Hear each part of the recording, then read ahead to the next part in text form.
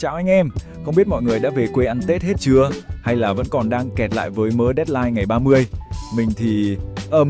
may mắn là về được rồi. Mà vừa về tới nhà thôi, có một cái chuyện nhỏ xíu xảy ra mà nó cứ làm mình phải suy nghĩ mãi. Chuyện là hôm qua mình đi chợ Tết với mẹ, tính mua một cây đào về trưng cho có không khí. Lúc hỏi giá, người ta bảo 3,5 triệu. Thiệt tình là mình đứng hình mất mấy giây, cứ lẩm nhẩm trong đầu 3,5 triệu, nó bằng chắc cũng phải 3 đến 5 ngày công của mình rồi. Xong mình quay sang nhìn mẹ, thấy mắt bà cứ sáng rực lên, thích lắm. Thế là mình thở dài một cái, rồi gật đầu. Thôi, lấy cây này đi mẹ. Về nhà mẹ vui ra mặt, cứ đi ra đi vào ngắm cây đào rồi cười suốt. Còn mình thì ngồi đó vừa nhìn cây đào vừa tự hỏi, ủa, năm ngoái giá nó có tới vậy đâu nhỉ? Và anh em biết không, cái câu chuyện cây đào đó nó không chỉ đơn giản là một cây đào đâu. Nó giống như là một cái bức tranh thu nhỏ lại của cả cái năm 2025 vừa rồi vậy. Mọi thứ dường như đều đắt đỏ hơn, trong khi thu nhập của mình thì cứ chững lại, thậm chí là đi xuống. Thưởng Tết năm nay của mình thấp hơn năm ngoái khá. Và mình biết chắc một điều, mình không phải là người duy nhất cảm thấy cái áp lực này. Ok, vậy thì cái áp lực đó nó đến từ đâu? Thôi thì mình cứ nhìn thẳng vào sự thật của ngành IT mình trong năm qua nhé.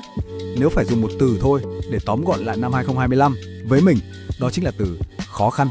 Một cái khó mà là cái khó chung của cả ngành chúng ta. Layoff, cái từ mà mình nghe thấy mỗi tháng, từ mấy công ty startup nhỏ cho đến cả những ông lớn. Hôm nay thì nghe team này tan rã, tuần sau thì team kia được Optimize nghe thì sang đấy, nhưng mà bản chất nó là gì?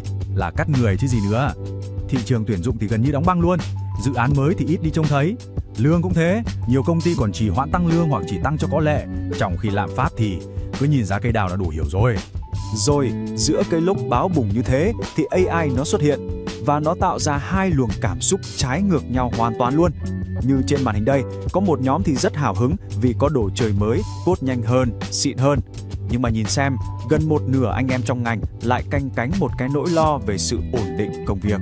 ChatGPT này, Claude, rồi Copilot, mấy cái tên này ngày nào chúng ta cũng nghe. Và phải công nhận là chúng nó giúp ích rất nhiều. Nhưng mà sâu thẳm trong đầu, chắc nhiều người cũng có chung câu hỏi này. Với mấy cái công cụ mạnh như thế này, liệu công ty có còn cần nhiều lập trình viên như trước nữa không? Rốt cuộc nó là công cụ hỗ trợ hay nó là mối đe dọa? Cho nên cái mấu chốt ở đây nó không chỉ là chuyện kinh tế nữa rồi. Nó là một cái khủng hoảng về niềm tin, thực sự luôn. Mất niềm tin vào sự ổn định của công việc. Mất niềm tin vào cái câu nói mà ngày xưa mình hay nghe là cứ học hành chăm chỉ rồi sẽ được đền đáp. Có ai ở đây đã từng cảm thấy như vậy chưa? Mà đằng sau mấy cái con số thống kê, mấy cái tin layoff đó là cái giá mà mỗi cá nhân chúng ta phải trả. Và mình muốn kể về cái giá đó.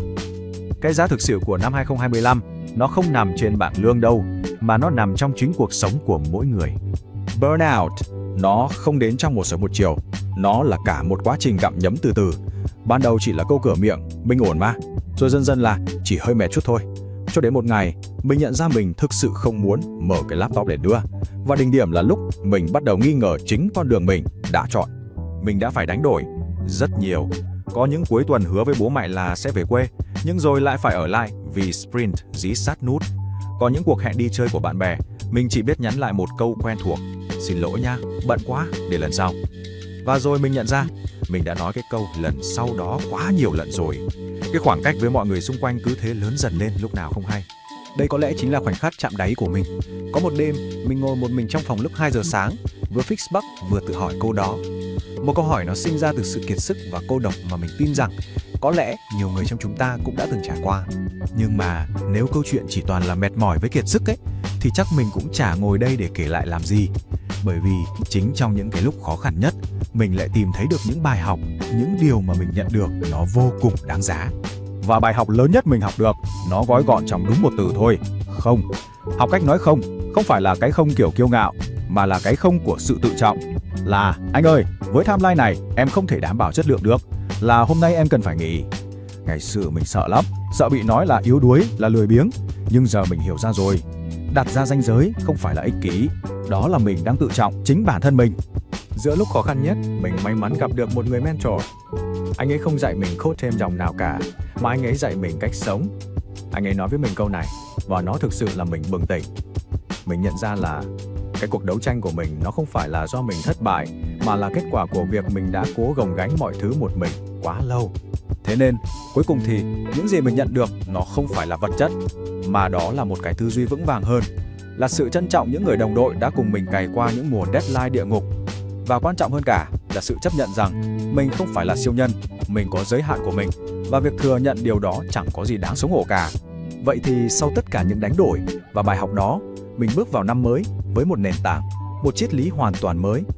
Và đó có lẽ là điều quan trọng nhất mà năm 2025 đã dạy cho mình. Ngành của mình nó không bao giờ ổn định cả. Công nghệ thì thay đổi mỗi ngày, thị trường thì lên xuống thất thường, dự án thì có thể sập bất cứ lúc nào, sa thải thì đến chẳng báo trước. Mình không thể kiểm soát được tất cả những thứ đó, và việc cố gắng kiểm soát mọi thứ nó chỉ khiến mình kiệt sức thêm mà thôi. Việc chấp nhận điều này nó thay đổi mọi thứ. Sự khác biệt không nằm ở hoàn cảnh bên ngoài nữa, mà nó nằm ở sự chuẩn bị và góc nhìn từ bên trong mình. AI sẽ tiếp tục phát triển, thị trường có thể vẫn sẽ khó khăn. Nhưng mà mình không còn sợ nữa. Không phải vì mình đã trở nên mạnh mẽ hoàn hảo, mà là vì mình đã biết mình yếu ở đâu và mình cần những gì để đi tiếp. Với năm 2026 sắp tới, mình không hứa hẹn gì về thành công rực rỡ hay là kiếm được nhiều tiền hơn, nhưng mình hứa với bản thân 3 điều. Sẽ tiếp tục học hỏi không ngừng, sẽ tiếp tục kết nối với mọi người xung quanh, và quan trọng nhất, sẽ tiếp tục biết ơn. Cuối cùng, mình thấy biết ơn những gì mình đang có, biết ơn những người đã ở bên cạnh mình, và biết ơn cả những khó khăn nữa, vì chính chúng đã dạy mình cách để trưởng thành. Thậm chí, mình còn biết ơn cả cây đào 3,5 triệu kia, vì nó đã làm cho mẹ mình cười rất vui. Cảm ơn 2025 đã dạy cho mình cách đứng dậy sau vấp ngã.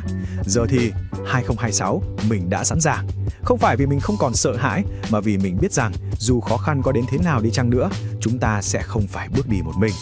Chúc anh em một cái Tết thật ấm áp, thật trọn vẹn bên gia đình, và một năm mới 2026 mà mọi nỗ lực đều sẽ nở hoa. Hẹn gặp lại anh em.